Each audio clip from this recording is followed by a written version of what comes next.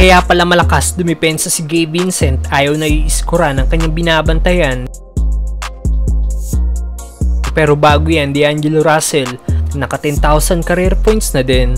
Masasabi natin na decent na naging NBA career ni D'Angelo Russell dahil matapos madrap bilang number 2 pick ng Lakers noong 2015 NBA draft. Once na nga po siyang napabilang bilang All-Star at kamuntikan ding manalo ng Most Improved Player of the Year award noong season na yon, na nakuha ni Pascal Siakam. Kahit hindi pa nakakatikim ng kampyonato si D'Lo, malaki-laki na rin naman ang kinita nito sa NBA na may kabuuang $212 million mula nang siya ay madrap. At kahapon laban sa Brooklyn Nets, panibagong milestone na naman ang nagawa ng Lakers guard dahil na-hit niya na ang kanyang 10,000 career points.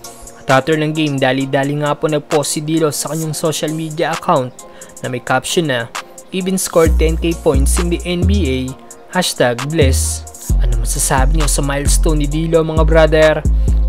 Samantalang Gabe Vincent, sinabi ang dahilan kung bakit malakas siyang dumipensa. Naglaro na nga po kahapon ng point guard ng Lakers na si Gabe Vincent matapos mamiss ng higit 3 buwan dahil sa natamo nitong injury. Okay naman na naging comeback game ni Vincent na kahit nagtala lang ito ng 2 points, hindi naman matatawaran ng hustle at depensa nito na talaga nakikipagsabayan sa mga player ng Brooklyn Nets. At sa naging post-game interview ni Vincent after ng game nila sa Brooklyn, sinabi nito ang dahilan kung bakit ganoon na lang siya katindi dumipensa.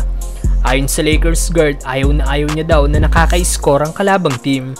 Kaya naman kapag siya daw ay nasa loob ng court, ginagawa niya daw ang lahat para mapigilan ang kalabang team na makapuntos. Solid ang mentality ni Gabe Vincent mga brother. Update lang din para sa game bukas ng Lakers kontra sa Raptors. Listed na as probable si Jackson Hayes na wala last game. Questionable naman sina LeBron at Anthony Davis. Samantalang out pa rin si Cam Reddish at out din si Gabe Vincent. Ayon sa report, okay naman si Gabe Vincent, precaution lang ito ng Lakers lalo't kakabalik lang ng Lakers guard.